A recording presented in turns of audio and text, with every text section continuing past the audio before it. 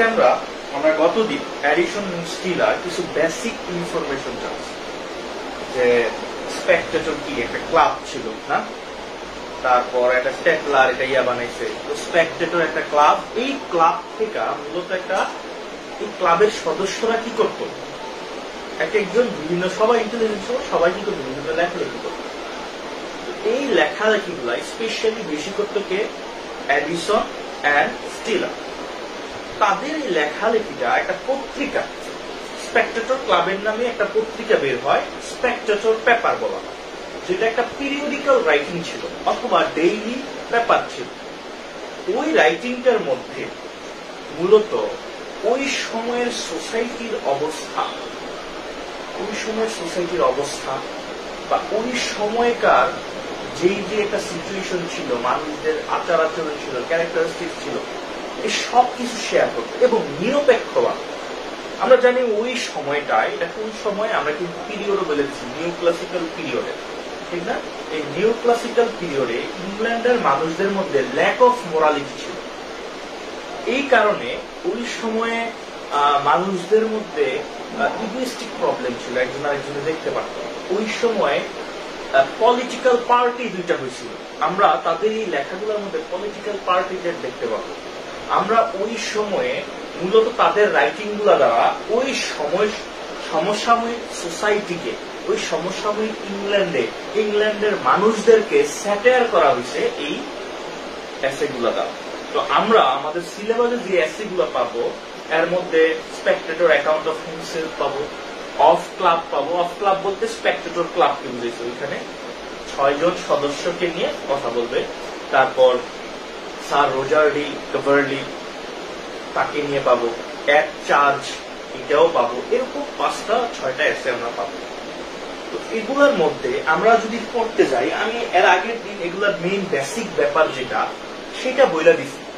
But তোমাদের একটা question আসে যে এটা যে একটা স্যাটারিক্যাল রাইটিং, এটা কি? দেখা গেছে আমরা যখন এসে গুলা পড়বো, এই এসের মধ্যে আসলে স্যাটায়ার যে করা হয়েছিল এটা কিন্তু উল্লেখ থাকে না। এটা আমরা আমরা যখন পড়াবো বা পড়বো, তখন আমাদের নিজেদের বুঝে নিতে হবে এখানে সে এই লোকটার দ্বারা ইংল্যান্ডের এই ব্যাপারটাকে স্যাটায়ার করছে। এখন তোমার মনে কোশ্চেন আসতে পারে যে ভাইয়া একটা এসের মধ্যে এই ব্যাপারগুলা, হ্যাঁ, এসে গুলার মধ্যে মূলত ওই সময়ের সবকিছুকে নিয়েই স্যাটায়ার করা হয়েছে। তো আমরা যদি এই এসে গুলা পড়তে যাই, সর্বপ্রথম আমাদের জানতে হবে এই নিউ ক্লাসিক্যাল পিরিয়ডের ক্যারেক্টারিস্টিক্স, ওই সময়ে লেখাগুলা কেমন ছিল, ওই সময় মানুষদের চিন্তা ভাবনা কেমন ছিল। ওগুলা জানার পরে যখন আমরা এসে গুলা পড়বো, তখন তুমি যখন বিভিন্ন ব্রড কোশ্চেনের আনসার চাবে, ইজিলি এগুলারে কি করতে পারবা, তুমি লিখতে পারবা। ঠিক আছে? তো তোমাদের বলছিলাম অনেক আগে এই বইটা কিছু কিনা যাই না, এই বইটায় আসলে মূলত ক্যারেক্টারিস্টিক্স যেগুলা, এগুলো পাওয়া যাবে। হ্যাঁ, তো আমি কয়েকটা ক্যারেক্টারিস্টিক্স দিই যেটা এইটার সাথে রিলেটেড। ঠিক আছে? যে এটা একটা কি, এই যে এসে গুলা কি, স্যাটারিক্যাল, এবং এটা একটি নিরপেক্ষ। ঠিক আছে? এটা কোন দলকে সাপোর্ট করবে না, না হুইচ পার্টি না টরি পার্টি। আচ্ছা, এখানে একটু লেখার চেষ্টা করি। দেখো এই সময়টায় কি বলছে, ডেভেলপমেন্ট অফ পার্টি স্পিরিট। এই সময় মানুষরা কি, পলিটিক্যাল পার্টি। ঠিক আছে? এই সময় 2টা পার্টি হয়েছিল, মনে আছে? একটা বলা হচ্ছিল কি, হুইগস, আর একটা কি, টরিস। এই 2টা পার্টি ওই সময় হয়েছিল, এবং মানুষরা এই পার্টিগুলোর মধ্যে একটা হলো রাজাদের সাপোর্ট করত, আরেকটা হলো বিজনেসম্যান।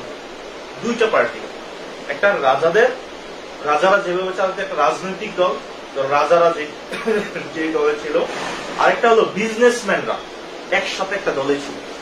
এই 2টা দলে বিভক্ত ছিল পুরো ইংল্যান্ড, এবং 2টা পার্টি, যেমন আওয়ামী লীগ, বিএনপি, এরকম। তো মানুষরা এগুলার দ্বারা অনেক ইনফ্লুয়েন্স দিত। এই সময়টায় আমরা যদি দেখি, মানুষরা, এরকম একটা সেন্টেন্স আছে, কোটেশন, যে most of the people were swimming in the immoral pot. বেশিরভাগ মানুষ তারা কি করত, এই সময় মানুষরা আসলে ইমোরাল হয়ে গেছে। এটার কারণ অনেক আছে, এটার একটা হিস্ট্রিক্যাল ব্যাকগ্রাউন্ড আছে, এটা পরে আমরা অন্য সময় জানবো। বাট এইটুকু জানো, এই সময় মানুষদের ল্যাক অফ মোরালিটি ছিল। মানুষরা আসলে, মানুষদের মধ্যে মোরালিটি ছিল না। মানুষরা এক একজন লেগেসি হান্টার ছিল, অর্থলোভী। লেগেসি হান্টার বলতে কি, অর্থলোভী ছিল। ঠিক আছে, এরকম একটা অবস্থা ছিল। এই সময় কি পাবা, উইট এন্ড হিউমার পাবা। আচ্ছা, এগুলা দরকার নাই, আমরা যেগুলো পাবো এগুলা দিয়ে শুধু। দা রাইজ অফ স্যাটায়ার, এই সময়টায় যেই রাইটিং গুলাই লেখা হইতো মূলত স্পেশালি স্যাটায়ার করা হইতো। সাপোজ তোমরা গালিভার ট্রাভেলস পড়বা, রবিনসন ক্রুসো পড়বা, এই রাইটিং গুলা এই সমসাময়িক, এই নিউ ক্লাসিক্যাল পিরিয়ডে। এই নিউ ক্লাসিক্যাল পিরিয়ডে যখন তুমি রাইডিং করতে যাবা, সেই ক্ষেত্রে মূল থিমই কিন্তু স্যাটায়ার। স্যাটায়ার মানে কি, ব্যঙ্গ করা, হাস্যরসাত্মক করা।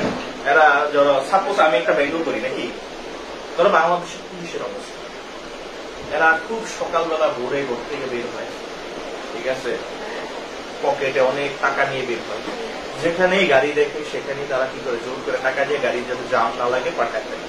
এই যে জিনিসগুলো যে আমি বললাম, এগুলো কি আসলে কি অবস্থা, আমি কিন্তু ব্যঙ্গ করে বলছি।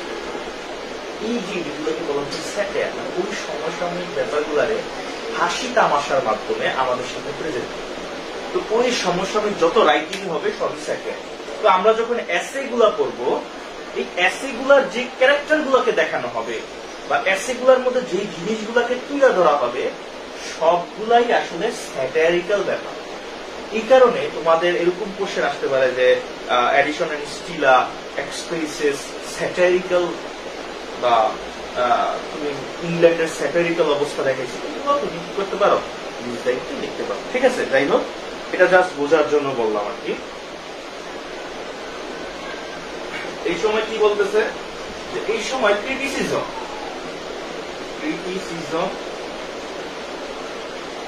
অফ অ্যারিস্টোক্রেটিক সোসাইটি, মানে বড়লোক যে সোসাইটি গুলো আছে, এরা যে আসলে সময় পার করতো, এইগুলাকে দেখাইছে। এই সময় কি হয়েছে, কফি হাউস হয়েছে। যে আগে কিন্তু এই টি টেবল, কফি হাউস এগুলা ছিল না। ইংল্যান্ডে একসাথে 500 কফি হাউস হয়।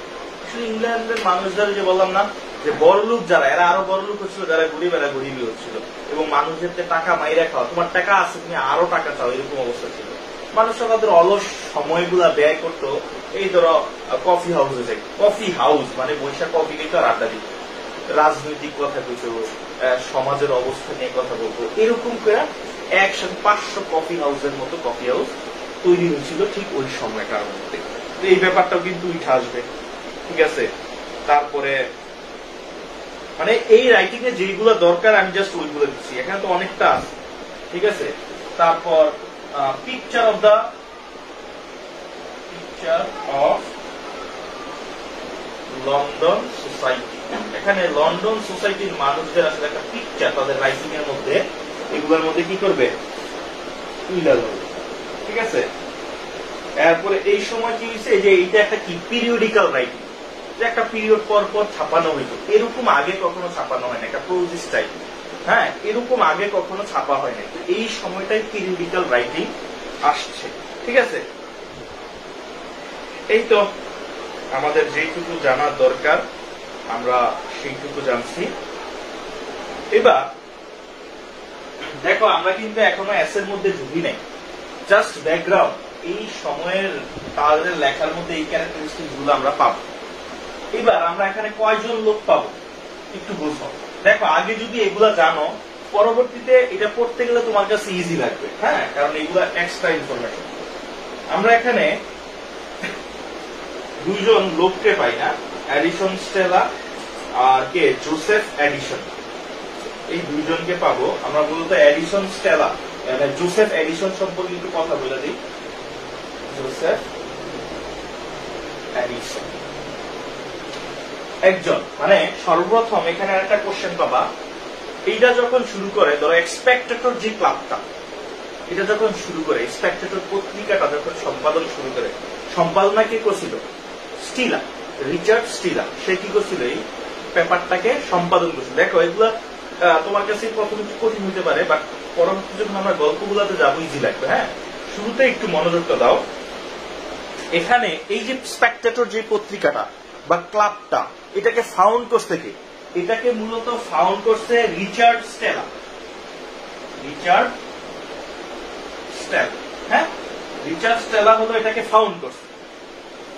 এর নামের আগে স্যার আছে, হ্যাঁ, স্যার রিচার্ড স্টেলা। তো এর আগে রিচার্ড স্টেলা 1700, আমরা আগের ক্লাসে বলে দিছি না, 1709 সালে একটা পত্রিকার ইয়ে করছিল, সেটা কি টেটলা, এটা তার নিজস্ব। আর 1711 সালে সে আরেকটা খুলে, সেটা কি দা স্পেকটেটর, নাকি স্পেকটেটর ক্লাব যেটা বলো, স্পেকটেটর পত্রিকাও সে ইয়া করে এই ক্লাবের পক্ষ থেকে। এই ক্লাবের মধ্যে ওই সময় কিন্তু আরো অনেক ক্লাব ছিল, একটা না। যেমন তোমার যদি আলেকজান্ডার পপ, এরা আলাদা মিললে একটা, ড্যানিয়েল ডেফেল আলাদা মিললে একটা ক্লাব করছিল। এরকম অনেকগুলা ক্লাব হয়েছিল। এই ক্লাবগুলোর পক্ষ থেকে বিভিন্ন লেখালেখি করা হইতো এবং লেখালেখিগুলো একটা পত্রিকায়, ওরা একটা পত্রিকার মধ্যে ছাপাইত। ঠিক এরকম একটা স্পেকটেটর ক্লাব হয়েছিল। ওই ক্লাবের পক্ষ থেকে, ওই ক্লাবে অনেক জ্ঞানীগুণী মানুষ ছিল। এদের মধ্যে স্টিলা এবং আরো অনেক জ্ঞানীগুণী মানুষ, এখানে তারা লিখত, লেখা একটা পত্রিকার মধ্যে, পিরিয়ডিক্যাল রাইটিং বলে, এইটার মধ্যে তারা এগুলাকে দিয়া ছাপাইত। এবং এইটার মধ্যে কি থাকতো? এখানে মূলত সোসাইটির অবস্থাগুলো থাকতো। এই সোসাইটির মানুষদেরকে ল্যাক অফ মোরালিটি যেটা, এটা থেকে বের করে আনার চেষ্টা করতো, মানুষদের একটা মোরাল মেসেজ দিত।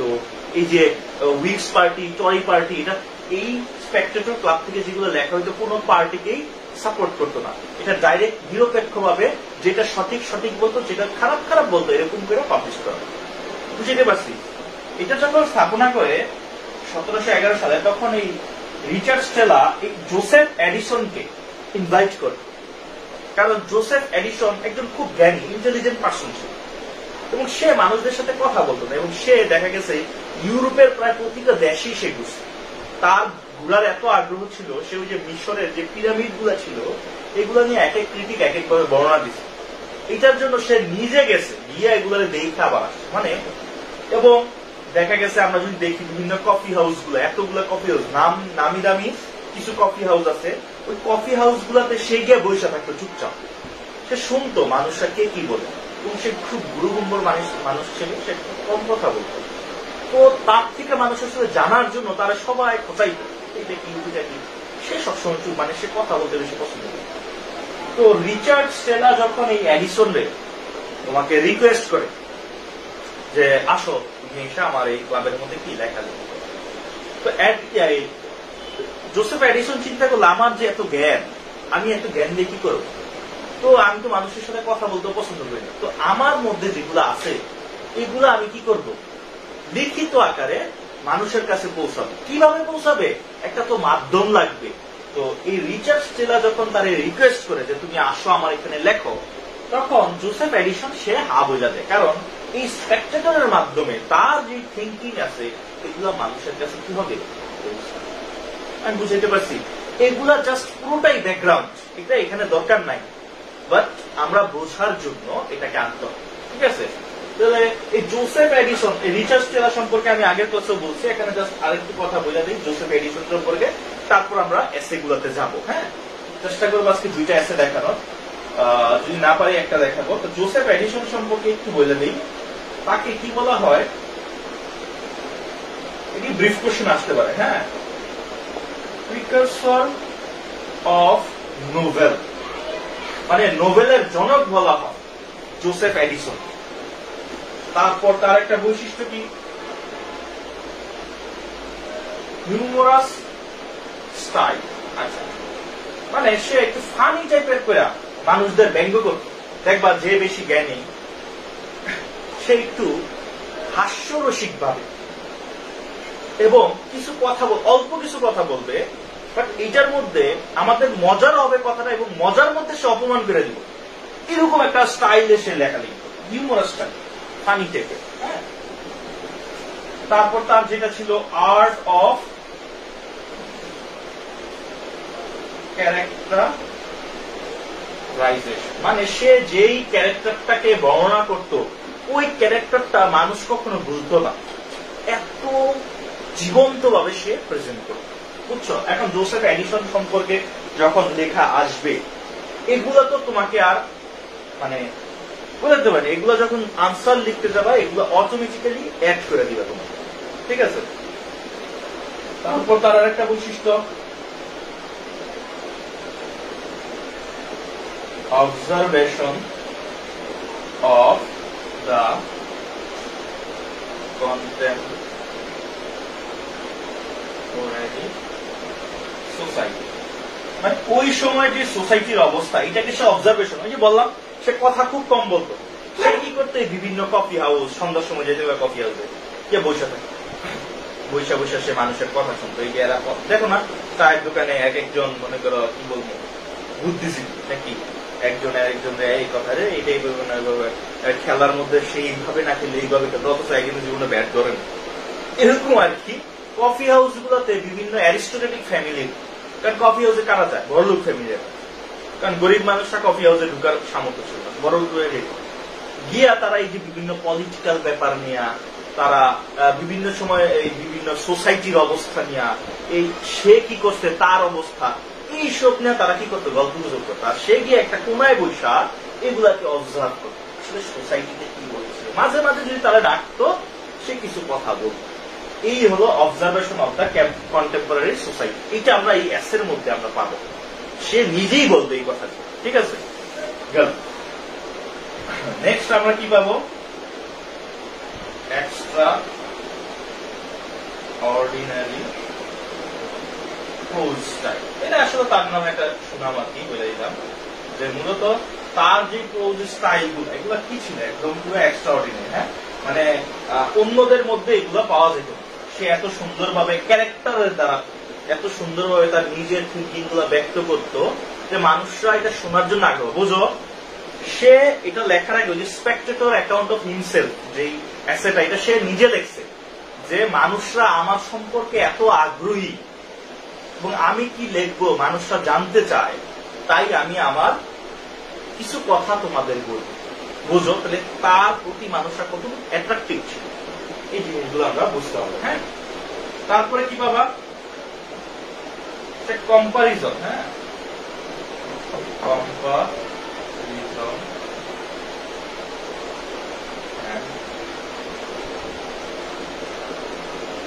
Contrast between the character. মানে সে বিভিন্ন ক্যারেক্টারের সাথে কম্পেয়ার করতো, কারণ সে কি ছিল, নিরপেক্ষ ছিল। সে কোন দলে, সে ওই হুইপ পার্টিও সাপোর্ট করতো না, টরিস পার্টিও সাপোর্ট করতো। তো সে কি করতো, তোমার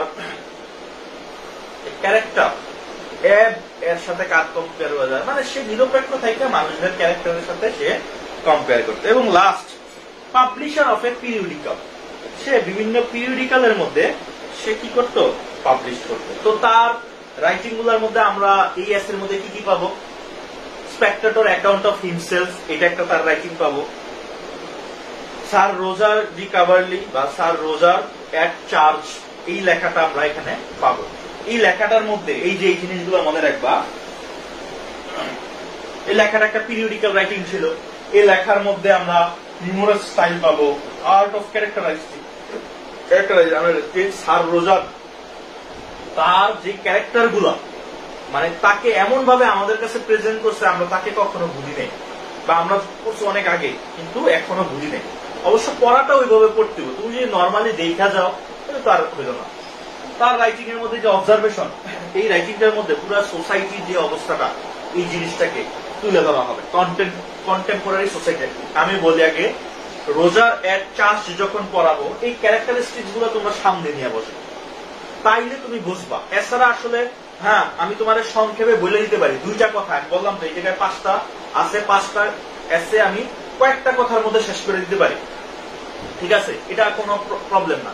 কিন্তু তুমি যখন পরীক্ষা দিতে যাও, তোমার মাথায় রাখতে হবে তুমি পড়তেছো, তুমি পরীক্ষার জন্য পড়তেছো, সেই ক্ষেত্রে তোমাকে ডিটেলসে জানতে হবে। হ্যাঁ, দেখবা এগুলোর উপরে ইউটিউবে তোমার 5 মিনিট করে এক একটা ভিডিও আছে একটা এসের উপর, জাস্ট তুমি কথা বলে দিচ্ছি, এগুলা কখনো পাবা। বাট তুমি যখন কোশ্চেনের আনসারটা করতে যাবা, তুমি যখন গাইডটা করো, তোমার কাছে হার্ড লাগে টপিকগুলো। কেন? কারণ তুমি এই বেসিক ব্যাপারগুলো তোমার আইডিয়া নাই।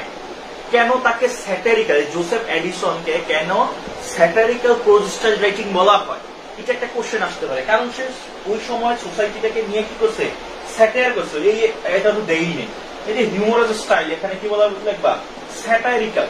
ঠিক আছে, এখানে আরেকটা পয়েন্ট দিয়া তোমরা জোসেফ এডিসনে কি লিখবা, সে স্যাটায়ার ইউজ করছে তার রাইটিং এর মধ্যে। আমরা যদি দেখি তাদের সুপারস্টিশন যেটা আছে, যে কুসংস্কার, এটা পুরোটাকে তুলে ধরা হয়েছে, যে মানুষরা কুসংস্কারে কতটা বিশ্বাসী, এটাকে নিয়ে সে স্যাটায়ার করছে, বিদ্রুপ করছে, ব্যঙ্গ করছে, এই জিনিসগুলা। তারপর তার রাইটিং মধ্যে যে প্রোজ স্টাইলের ব্যাপারটা পাবা, কন্ট্রাস্ট বিটুইন ক্যারেক্টার। এই যে যখন স্যার রোজার এক চার্চ আমরা পড়বো, সেখানে এই যে যতগুলো আমি ক্যারেক্টারিস্টিক্স লিখছি, প্রত্যেকটা জিনিসই তুমি মিলায় পাবো। তো এসে বলতে আসলে আমরা যে নর্মালি একটা এসে পড়ে গেলাম হয়ে গেল এরকম না। আমি যেমন ফ্রান্সিস বেকন পড়ানোর আগে তোমাদের ফ্রান্সিস বেকন সম্পর্কে একটা ক্লাসে আমি বলে দিচ্ছি, যে তার রাইটিং এর মধ্যে যে অ্যানালিটিক্যাল স্টাইল, এগুলোর উপরে একটা ভিডিও আমি করে রাখছি, যে এইটা পড়া যখন তুমি ফ্রান্সিস বেকন পড়বা তখন বুঝবা। আমি কিন্তু ফ্রান্সিস বেকনের ওগুলো যখন পড়াইছি, আমি জাস্ট মেন কথা বলছি, আমি কিন্তু ওইটার সাথে এটার ক্যারেক্টারিস্টিক্স মিলাই নেই। কারণ আমি ওই ক্লাসে বলে দিছি যে তার রাইটিং গুলো আমরা যখন সেন্টেন্স গুলো পড়বো, এটাকে অ্যানালাইজ করা যাবে অনেক। এই কারণে অ্যানালিটিক্যাল স্টাইল আছে, অ্যাফোরিস্টিক স্টাইল, এগুলো আমি বলে দিছি। এই কারণে সেখানে কিন্তু আর ওইটা বলা লাগে না। ঠিক এটার ক্ষেত্রে এসে টাইপ, এই যে নন ফিকশনাল প্রোজ যেগুলো, এগুলা বোঝার আগে ওই রাইটারের কি কি বৈশিষ্ট্য আছে সেটা যদি আমরা ধরতে পারি, এবং ওই সময়ের সমসাময়িক অবস্থাটা কেমন, যেমন ল্যাক অফ মোরালিটির মধ্যে ছিল ইংল্যান্ড, মানুষের মধ্যে মোরালিটি ছিল না, এগুলা যখন আমরা আগে জানবো, তখন এই সময়ের রাইটিং গুলো যখন আমরা পড়বো আমাদের কাছে ব্যাপারটা হলো এরকম। এই কারণে আমি এটা দেখে দিলাম।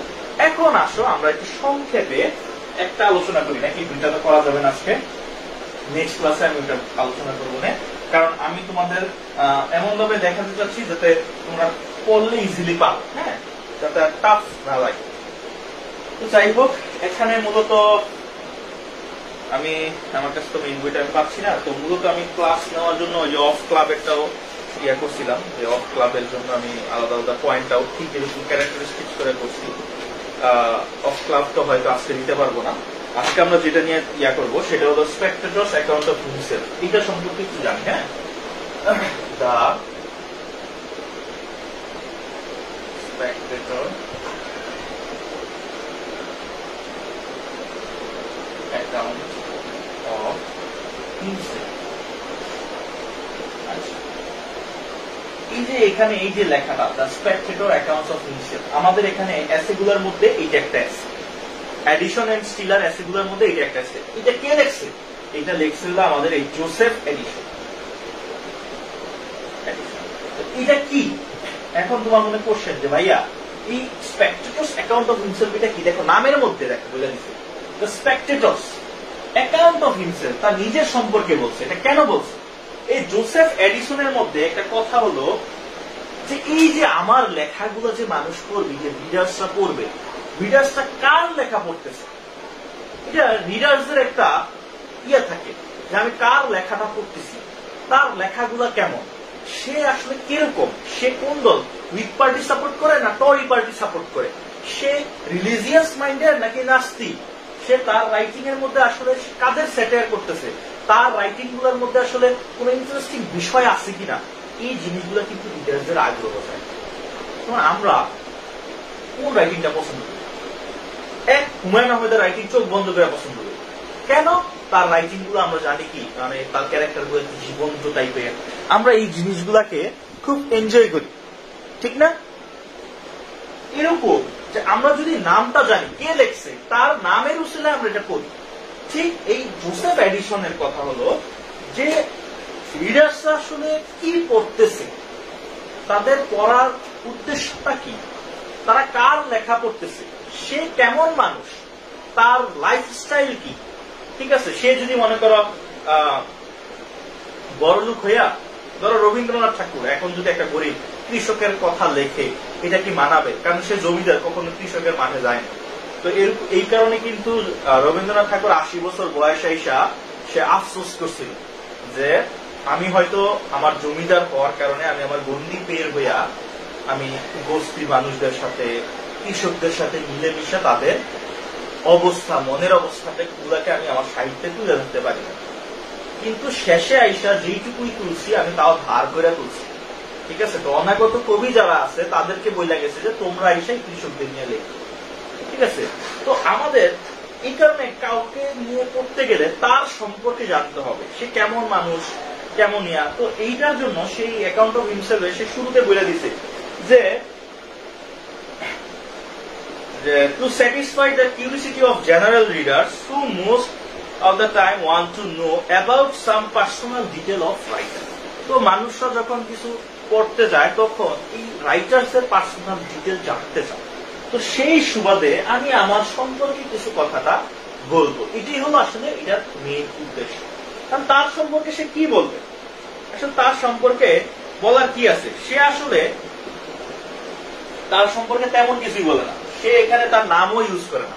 আমরা তো জোসেফ এডিসন বলতেছি, সে তার এই এসের মধ্যে তার নিজের নামও বলে না। সে বলে আমি আমার 3টা জিনিস এখনো গোপন রাখবো, এক আমার নাম, আমার বয়স, আর একটা আমার জন্মগত স্থান বা আমার ইয়াটা, এইগুলা সে বলে নেয়। তাহলে সে কি বলছে এটার মধ্যে, সে তার লাইফস্টাইলটাকে বলছে, তার থিঙ্কিংটাকে এখানে শেয়ার করছে। আমরা দেখি সে এখানের মধ্যে বলছে যে সে যখন ছোট ছিল, জন্মগ্রহণ করে, তার মা সে স্বপ্নেই রেখে নিছে তার ছেলে কি হবে, বিচারক হবে, জাস্টিস হবে বড় হয়ে। এটা কি তার মা ছোটবেলায় রেখে নিছে, অথচ সে কি চায় এটা কিন্তু মেন কথা না। তার মা আগেই স্বপ্ন দেখছে আমার ছেলে এটা হবে, এটা হইতে হবে, এরকম টাইপের একটা স্বপ্ন দেখছে। এরপর তার ছোটবেলার কিছু ঘটনা বলে আর কি, যে সে এতটাই ছোটবেলা থেকে এতটাই গুরুগম্ভীর ছিল যে ওই যে ঝনঝন বাজে না, এটা বাজে, এটা বাজে দিকে ফালাই দিছে, যতক্ষণ না ওইটাকে বের করে ওর হাতে দিছে ততক্ষণ এটা নেয় নেই। মানে একটু তার ইয়াগুলা বলছে, বলার পরে তারপর বলতেছে যে সে তার পিতৃপুরুষ থেকে, তার ফ্যামিলি ইয়ারা ছিল কি সম্রাট, তাদের 600 বছর আগে পুরনো যেই সম্পত্তি ছিল তার বাবা, তার ছেলে, এমন করে আস্তে আস্তে সেও কি এটার একটা উত্তরাধিকারী হয়েছে। তার দাদা মারা যাওয়ার আগে তার নামে এটা করে দেয়, 600 বছর আগের একটা সম্পত্তি সে পায়। এবং সে বলতেছে তার স্কুল কলেজ সে ভালো মতো কমপ্লিট করছে এবং ভার্সিটি লাইফ সে ভালো মতো কমপ্লিট করেন। সে কি করতো, ইউরোপের সব দেশগুলোতে সে ঘুরছে, সব দেশ সম্পর্কে সে অবজার্ভ করছে, সব দেশ সম্পর্কে সে আইডিয়া নিছে, পলিটিক্যাল অবস্থা, সোসাইটির অবস্থা নিছে, এগুলোকে নিয়ে সে আবার ফিরে আসে। আসার পরে সে সবসময় অবজার্ভ করতো, সে একটু গম্ভীর টাইপের মানুষ ছিল এবং সে সবসময় অবজার্ভ করতো যে এটা কি বলতেছে, এইটার মধ্যেই লেখছে যে অবজার্ভ করতো সে বিভিন্ন কফি নাম করে বিভিন্ন কফি হাউসে সে গেছে। হ্যাঁ, কফি হাউস গুলার নাম এখানে তো, এটা তো শর্ট বই, এখানে হয়তো দেওয়া নাই, বাট আমি মেন বইটা পড়ছিলাম, ওইখানে কফি হাউস গুলার নাম আছে। হ্যাঁ, ওই নামগুলো তোমরা সিলেক্ট করে নিবা। এরপরে সে বলতেছে যে ইজিপ্টের, রাশিয়ার, মনে করো কি বলে রাশিয়া নাকি না, ইজিপ্ট রাশিয়া না, মিশরের পিরামিড সম্পর্কে বিভিন্ন ক্রিটিকরা বিভিন্ন কথা বলছে। তো সে এইসব মতবাদ দেখে সে নিজেই গেছে গা মিশরে গিয়া পিরামিড সে সচক্ষে দেখে আসছে। মানে সে কতটুকু কিউরিসিটি এইসব জিনিসগুলোর প্রতি, কতটুকু জ্ঞানী সে, এটা সে প্রকাশ করছে। বুঝতে পারছি, মানে তার লেখাগুলোর মধ্যে যে আর্ট অফ ক্যারেক্টারাইজেশন, তারপর তার লেখাগুলোর মধ্যে যে অবজারভেশন, এগুলো কেন আসছে, এই যে তার এই লেখাগুলোর মধ্যে আমরা বুঝতে পারি সে কেমন মানুষ ছিল। মানে সে মানে জানার একটা আগ্রহ ছিল কি আছে, এই আর কি। তো এরকম বলবে পরবর্তীতে সে যখন ইংল্যান্ডে ফিরে আসে, আসার পরে সে ইংল্যান্ডের বিভিন্ন যে পলিটিক্যাল ব্যাপারগুলা এগুলাকে অবজার্ভ করা শুরু করে লন্ডনে যখন আসে। ঠিক আছে, আসার পরে এগুলা ইয়া করে, তার বন্ধু খুব কম ছিল, সে সবার সাথে বন্ধুত্ব করতো না। সে বিভিন্ন এই যে ইংল্যান্ডের যত এই যে 500 কফি হাউস আছে, এর মধ্যে যেই জায়গাগুলাতে পলিটিক্যাল লিডার্স যেত, যেই জায়গাগুলা ফেমাস ছিল, যে কফি হাউস গুলা, কয়েকটা কফি হাউসের নাম আছে দেখবা, ওই কফি হাউস গুলাতে সে দিনেও যেত, রাতেও যেত। ঠিক আছে, গিয়া একটা কোনায় বৈশা এই তাদের কথাগুলো শুনতো, রাজনৈতিক ব্যাপারে তার কি মতামত এগুলা সে অবজার্ভ করত। ঠিক আছে, এবং সে যেটা সঠিক তাকে যখন বলা হইতো সে শুধু ওই কথাটাই বলতো, সে বেশি কথা বলতো না। এরকম ছিল তার ব্যাপারগুলো, তার থটগুলা এমন ছিল। ঠিক আছে, মানে সে বলতেছে he played a role of observer and this quality gave him keen observing power. সে একজন অবজারভার ছিল এবং এটার কারণে সে কোন জায়গায় কি হচ্ছে এগুলাকে অবজার্ভ করতো এবং এগুলাকে সে ভিতরেই রাখতো এবং সে কোনো পার্টিকে ফলো করতো না, কারণ ইংল্যান্ডে দুইটা পার্টির মধ্যেই প্রবলেম ছিল। তো সে বলছে যে আমরা যে পত্রিকাটা লিখতেছি যে স্পেকটেটর, এইটার মধ্যে বলে দিচ্ছে যে এখানে আপনারা হুইগ পার্টি বলেন আর টরি পার্টি বলেন, কেউই আমাদের কি করবেন না, জোর করবেন না আপনাদের নিয়ে লেখার জন্য। আমরা যেটা নিরপেক্ষ সেই জিনিসগুলো কি করবো আমাদের রাইটিং এর মধ্যে আমরা তুলে ধরবো।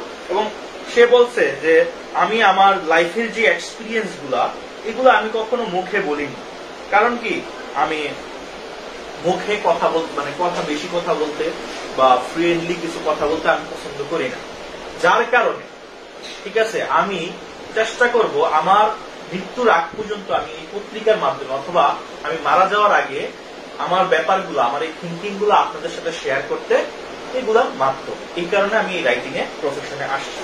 এগুলা সবই কি করছে তোমার তার এই রাইটিং এর মধ্যে সে বুঝা দিচ্ছে এবং সে লাস্ট পর্যন্ত সে তার নিজের পার্সোনাল আইডেন্টিটি সে প্রকাশ করে না।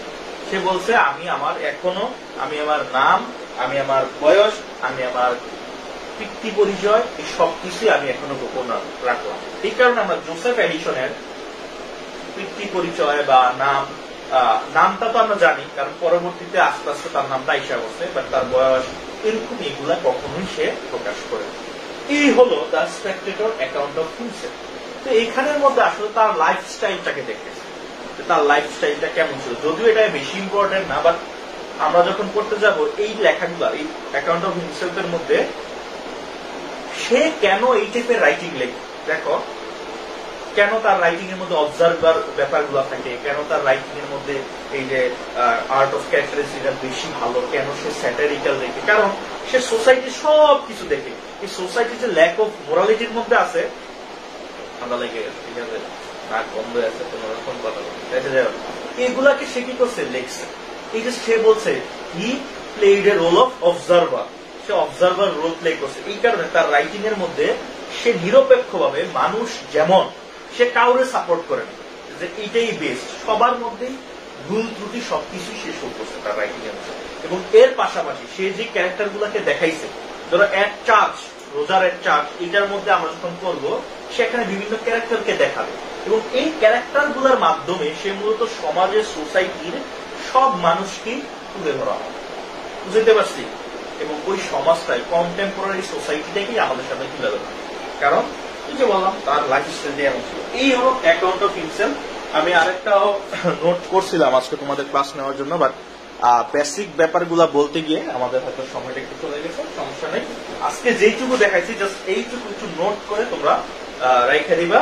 আমরা নেক্সট ক্লাসে আসলে মেইন মজা আসবে নেক্সট ক্লাস থেকে, কারণ মেইন কথা তো তোমরা এখন জানো। এখন জাস্ট আমরা যখন করবো এই ক্যারেক্টারিস্টিক্স এর সাথে এগুলাকে মিলাবো, ওই এজের প্লাস তাদের রাইটিং স্টাইল, এই দুটার সাথে আমরা মেলাবো, ঠিক আছে। এই হলো আজকের